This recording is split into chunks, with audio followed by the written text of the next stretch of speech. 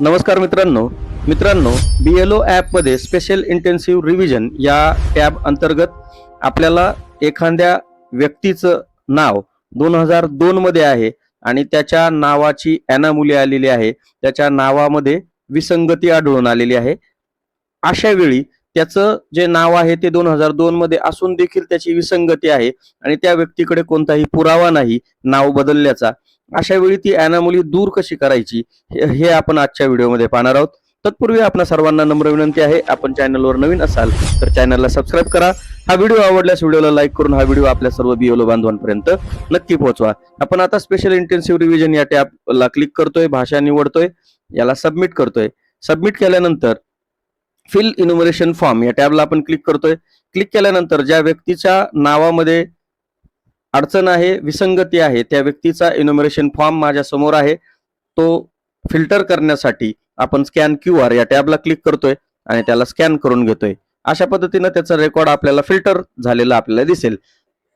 आता या समोरील आपल्याला फिल फॉर्म या टॅबला आपल्याला क्लिक करायचं आहे. क्लिक केल्यानंतर तुमच्या समोर त्या व्यक्तीचं जे प्री मॅपिंगचं रेकॉर्ड आहे ते करंट इरोलचं मॅपिंगचं रेकॉर्ड तुम्हाला दिसेल आणि त्याच्या खाली आपण जे BLO mapping done during the pre SIR याच्यासोबत जे name in current erectile role आणि नेम इन लास्ट SIR ह्या दोघांमध्ये आपल्याला एक लाल पट्टी आलेली दिसते. याचा अर्थ आपण ऑलरेडी मागील व्हिडिओमध्ये सांगितलेला आहे. ही लाल रंगाची पट्टी आणि केशरी रंगाची पट्टी आणि हिरव्या रंगाच्या पट्टीचा काय अर्थ आहे. आता ही लाल रंगाची पट्टी आहे, याचा अर्थ असा आहे की जे नाव तुम्ही ज्या सोबत जोडताय त्या नावामध्ये विसंगती आहे, ते नाव दोन्ही नावं वेगवेगळी आहेत असं सिस्टीमला वाटतंय.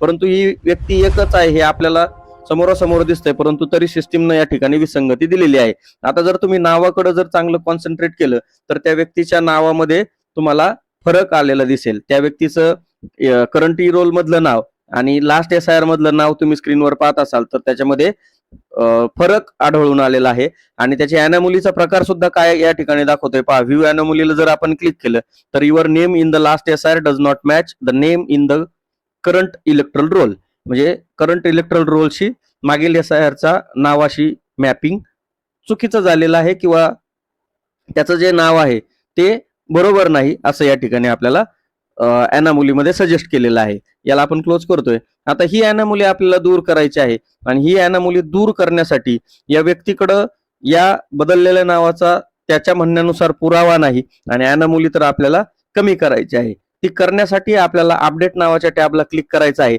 इथे जर तुम्ही पाहाल तर BLO मॅप, सिस्टीम सजेस्टेड आणि सर्च असे 3 टॅब दिसतील.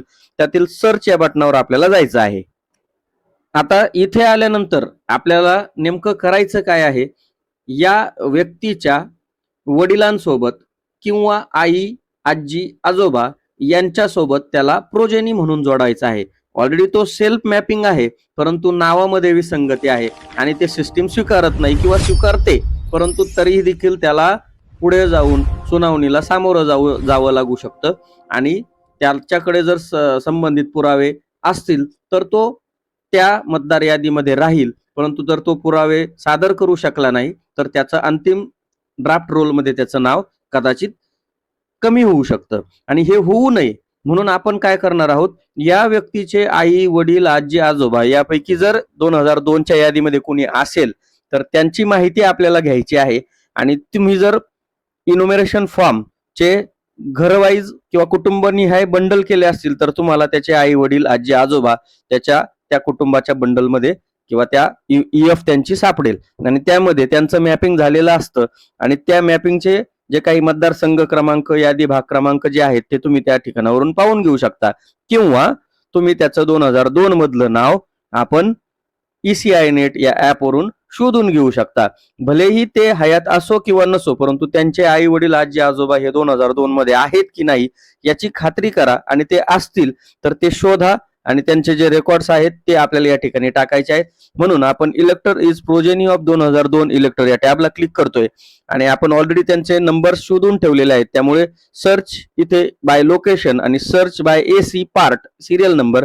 आता आपल्याला या AC पार्ट सिरियल नंबर या टॅबला क्लिक करायचा आहे आणि इथे आल्यानंतर त्यांच्या आई, वडील, आजी, आजोबा यांचा लास्ट SIRचा स्टेट कोणता होता, डिस्ट्रिक्ट कोणता होता, असेंब्ली कोणती होती, पार्ट नंबर कोणता होता आणि त्याच्यातला सिरियल नंबर कोणता होता हे या ठिकाणी टाकून घ्यायचं आहे.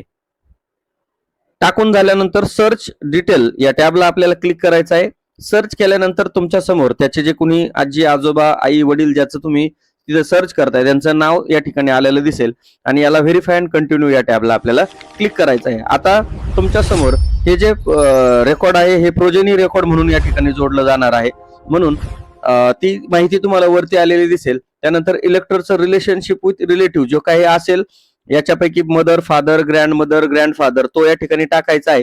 त्यानंतर या खालील जी जनरल डिटेल्स आहे त्या जनरल डिटेल्स मध्ये त्याने प्रोव्हाइड केलेली माहितीनुसार जी काही जन्मतारीख असेल, आधार नंबर, मोबाईल नंबर, वडिलांचं नाव, आईचं नाव, त्यांचा इपिक नंबर असेल तर ज्या काही कंपल्सरी बाबी आहेत त्याच्यामध्ये वडिलांचं नाव आणि आईचं नाव हे आहे, हे कंपल्सरी या ठिकाणी टाकून घ्यायचं आहे. आणि बाकीची पती पत्नीची माहिती असेल तर ती टाकायची. त्यानंतर अपलोड EF अँड फोटो, आपल्याला जो काही EF आहे त्याचा फोटो घ्यायचा आहे, त्यासाठी अपलोड पेज 1 ला क्लिक करायचं आहे. त्यानंतर कॅप्चर फोटोला क्लिक करायचं आहे आणि जी काही EF आहे तिचा फोटो आपल्याला चांगल्या पद्धतीने काढून घ्यायचा आहे. काढल्यानंतर तिला व्यवस्थित आपण जी काही दुरुस्त केलेली EF आहे ती या ठिकाणी आपण अपलोड करतोय, त्यासाठी तिला व्यवस्थित क्रॉप करून घ्या. क्रॉप केल्यानंतर ती आपल्याला या ठिकाणी अपलोड सक्सेसफुल झालेला दिसेल, आपल्याला तिथे आलेली दिसेल. इलेक्टर जर समोर उपलब्ध असेल तर त्याचा फोटो या ठिकाणी काढून घ्यायचा आहे किंवा फोटोवरून फोटो कसा काढायचा हेही आपण या ऑलरेडी मागील व्हिडिओमध्ये पाहिलेलं आहे. आणि हे झाल्यानंतर शेवटी सबमिट या बटनाला क्लिक करायचं आहे. फॉर्म सबमिटेड सक्सेसफुल होईल. अशा पद्धतीनं आपल्याला आता पुन्हा आपण बॅक येतोय. बॅक आल्यानंतर आपला जो फॉर्म आहे, हा जो फॉर्म भरलेला आहे ही अॅनोमली दूर झाली की नाही झाली हे आपल्याला कसं समजणार आहे? आपण जर हे ही जे फॉर्म भरलेला आहे हे जातात आपले रिव्हेरीफाय फिल बाय EF या 7 नंबरच्या टॅब मध्ये आपल्याला जे भरलेले फॉर्म आहेत ते या ठिकाणी जातात आणि त्याची अॅनोमली गेली की नाही हे आपण कसं शोधू शकाल? तर थोडं खाली आल्यानंतर शेवटून 3 नंबरचा जो ऑप्शन आहे व्ह्यू लॉजिकल डिस्क्रिपन्सीज या टॅबला आपल्याला क्लिक करायचं आहे आणि त्याची अॅनोमली गेली की नाही हे पाहण्यासाठी इथेही काही रेकॉर्ड्स आलेले आहेत, कारण त्यांच्या अॅनोमली गेलेल्या नाहीत किंवा त्यांच्या ज्या विसंगती आहेत त्या गेलेल्या नाहीत. आता ही गेली आहे की नाही हे आपल्याला जर पाहायचं असेल तर आपण स्कॅन QR ला क्लिक करूयात. क्लिक केल्यानंतर आपल्या समोर त्याचं रेकॉर्ड शो होत नाही, याचाच अर्थ तो अॅनोमलीमध्ये आलेला नाही. जर या व्ह्यू लॉजिकल डिस्क्रिपन्सी या टॅब मध्ये जर त्याचं नाव शो होत असेल तर त्याची अॅनोमली किंवा त्याची जी विसंगती आहे ती अजून गेलेली नाही, त्याच्यामध्ये अजून सुधारणा करणं आपल्याला आवश्यक आहे. जर त्याच्यानंतरही दुसरं रेकॉर्ड आपण त्या ठिकाणी जोडू शकता आणि अशा पद्धतीनं जी अॅनोमली आहे, जी विसंगती आहे ते आपल्याला दूर करता येईल. तर अशाच प्रकारे याच्या कुटुंबामध्ये किंवा ह्या व्यक्तीचे हा ऑलरेडी 2002 मध्ये होता आणि आता त्याच्या मुलांसाठी पण त्याची अॅनोमली मला आढळून आलेली आहे.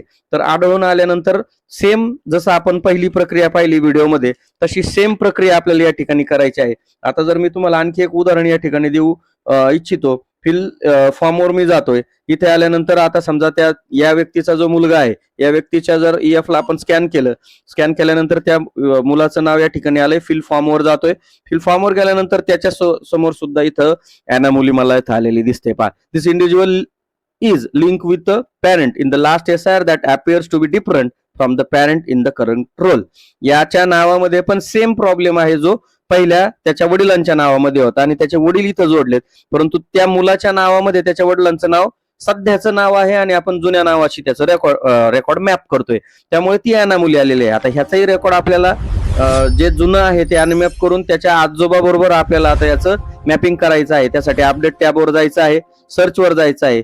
आता त्याचे आजोबा 2002 मध्ये आहेत म्हणून आपण इथे 2 नंबरचा इलेक्टर इज प्रोजेनी ऑफ 2002 इलेक्टर याला क्लिक करतोय.